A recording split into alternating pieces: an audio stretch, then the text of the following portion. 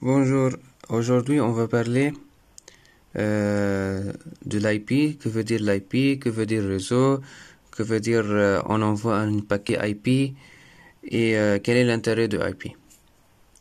Tout d'abord, il faut comprendre que veut dire l'IP et pourquoi on va attribuer à chaque device un IP. Par exemple, on a deux devices, ok? Ça c'est device 1 et ça c'est device 2. Pour envoyer un message de 1 jusqu'à 2 en utilisant les protocoles de communication, on a besoin d'une adresse IP1 et d'une adresse IP2. Donc, il faut attribuer donc une adresse IP1 et une adresse IP2. Il faut que le device 1 sache l'IP2 et l'adresse, le device 2 sache l'IP1. Simple. Maintenant, la deuxième question, qu'est-ce qu'un réseau? Un réseau, c'est un ensemble de devices qui sont connectés en utilisant un switch. Ça veut dire quoi, hein? Ça veut dire qu'ils ont la même plage d'IP. On va expliquer que veut dire l'IP tout d'abord. L'IP est composé de quatre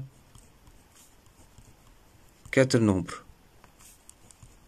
X1, X2 et X3, X4. Chaque X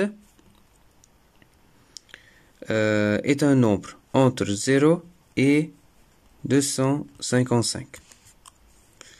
Donc chaque XI est un nombre entre 0 et 255.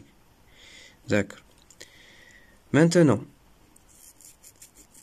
comment définir un réseau à partir de l'adresse IP? Donc, ça c'est l'adresse de device numéro 1, IP1, et ça c'est pour le device IP2. Il faut, pour définir un réseau, il faut diviser. l'IP en deux parties. Il faut diviser l'IP en deux parties. Première partie, deuxième partie. Première partie correspond au réseau. Deuxième partie correspond au device. Ça veut dire que si les deux devices ont le même X1, X2, X3, alors on peut dire qu'ils appartiennent au même réseau. Bien sûr que X4 va changer d'ici à ici, parce que ici correspond au device. Donc, comment, selon le langage de réseau, on peut distinguer le réseau par le device? C'est pas comme ça, on le divise. Il faut définir ce qu'on appelle le masque. Le masque, c'est en fait un nombre qui peut distinguer les X1, X2, X3 des X4. Parfois, on a ici la répartition. Parfois ici, parfois entre les deux. Donc, on ne sait pas. Il faut définir le masque pour qu'on sache faire la différence entre le réseau et le device.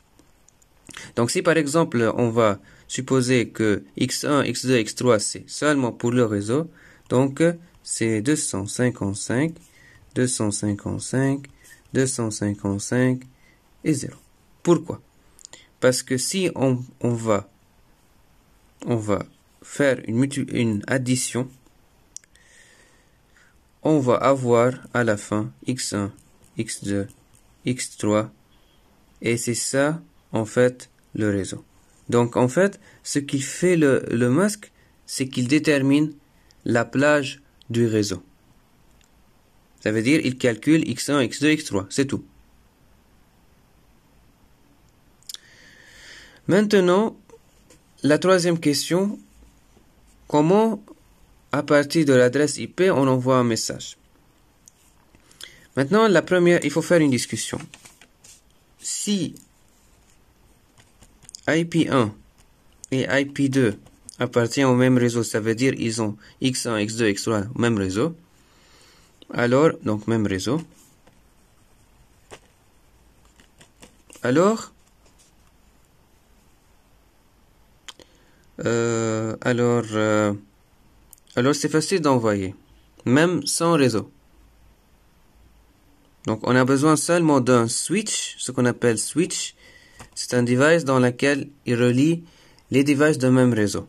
C'est ça la définition. Donc, ça c'est device 1 et ça c'est device 2.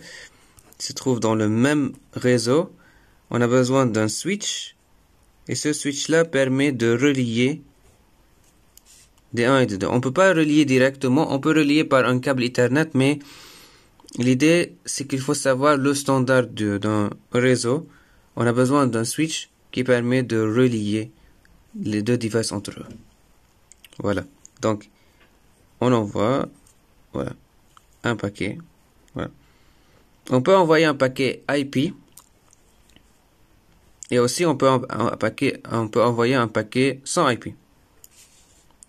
Parce que IP, c'est le protocole de communication pour envoyer d'un device à un autre. C'est tout. OK? Maintenant, si IP1 et IP2 n'appartiennent pas au même réseau, alors à ce moment-là, on a besoin d'un routeur. Device 1,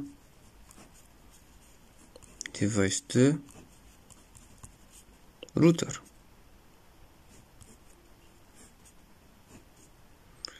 Ici, on a IP1,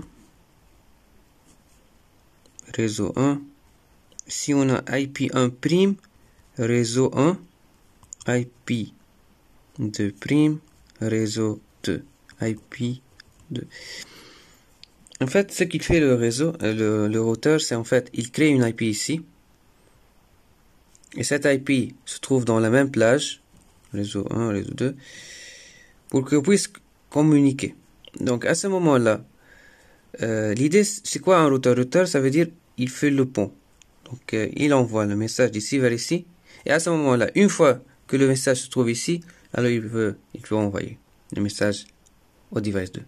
Donc, c'est ça l'idée de IP. Comme je vous ai expliqué ici, si le D1 et D2 se trouvent dans le même réseau, pas besoin de la notion d'IP, pas besoin de protocole IP. Mais si par exemple ils se trouvent dans le même réseau, alors à ce moment-là, on a besoin d'un routeur qui relie les réseaux entre eux.